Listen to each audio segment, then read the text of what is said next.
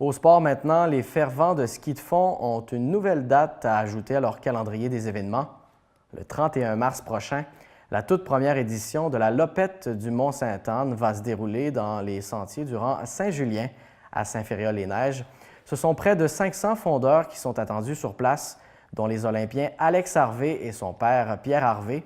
Bref, c'est un nouvel événement qui promet, un événement qui viendra clôturer la saison de ski de fond d'une belle façon dans la région de Québec. Oui, tout à fait. Tous les fanatiques là, en club ou en solo, il n'y a pas de problème. On les prend tous. Alors écoutez, pour cette première édition, c'est certain qu'on aimerait bien avoir un 400-500 participants.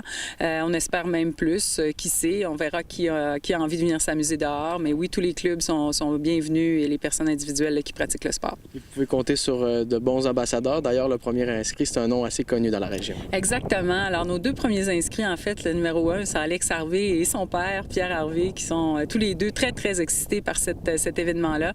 Alex a bien hâte de venir terminer sa saison ici avec les gens de la Côte-de-Beaupré, les gens de Saint-Féréol. D'ailleurs, je salue la mairesse de Saint-Féréol qui a travaillé très fort là, pour rendre ce projet-là possible.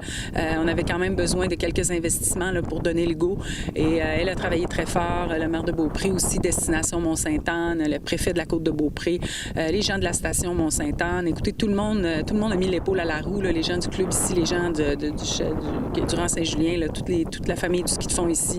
Alors, je pense que ça va être un travail d'équipe là, qui fait qu'on est capable de donner le go cette année. Ça a été quand même une bonne côte à monter là, pour y arriver, mais on est bien content. On espère que les gens vont être au rendez-vous.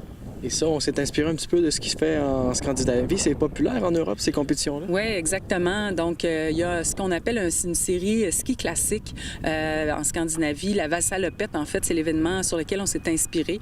Écoutez, il y a 15 000 participants à cet événement-là, des gens justement qui se costument. C'est très festif. Donc, c'est notre inspiration. Est-ce qu'on atteindra les quelques milliers de personnes d'ici quelques années? On l'espère bien. Je pense qu'on peut aussi penser à l'inspiration marathon en course à pied, où les gens y vont pour le plaisir, un dépassement de soi. Tout le monde est les bienvenus, tout le monde sont les bienvenus. Donc, c'est un peu un mélange de tout ça là, qui fait qu'on pense sérieusement que cet événement-là a sa place en fermeture de saison. Donc, on a bien hâte là, de vivre cette première édition-là. Ça va clôturer la saison d'une belle façon. Puis aussi, c'est une belle occasion de découvrir des installations ici qui sont vraiment internationales. Bien, effectivement. Écoutez, y a-t-il un meilleur centre de ski de fond dans l'est du pays, ou même j'ai presque envie de dire au pays, là, c'est la station Mont-Sainte-Anne pour le ski de fond, c'est renommé internationalement. Donc, justement, d'y greffer un nouvel événement en fin de saison avec l'aide, justement, des gens de la station, je pense que ça a sa place et puis je pense que ça continue, là, justement, de mettre une couche là, sur la personnalité internationale de la station Mont-Sainte-Anne. Vous aimeriez justement que la Lopette devienne une tradition au Québec? On aimerait bien, c'est notre souhait. Voyons comment va cette première édition, mais je pense que encore une fois, je ne veux pas me répéter, mais je pense vraiment que ça a sa place. On est convaincus de ça. On va y mettre tous les efforts cette année. Et puis, en tout cas, les gens qui nous écoutaient et qui avaient des skis de fond, là, allez sur Google, le fait Lopette Mont-Sainte-Anne, et puis vous allez voir, la tarification est super abordable. On a voulu que ce soit populaire. Et puis, tout le long du parcours, il y aura des zones de ravitaillement festives où les gens pourront grignoter un petit bout, prendre une consommation à l'occasion chaude ou froide.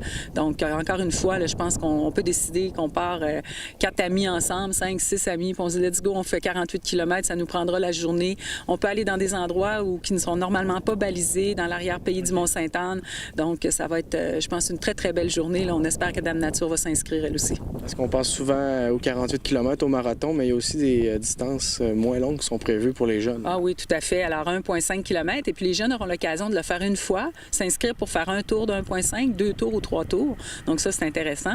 Et puis, le 10 km, lui aussi, peut être fait là, par n'importe qui. Et celui-là, le 10 km, il sera disponible autant en classique qu'en style libre, alors que les distances de 25 et de 48 seront uniquement en style libre.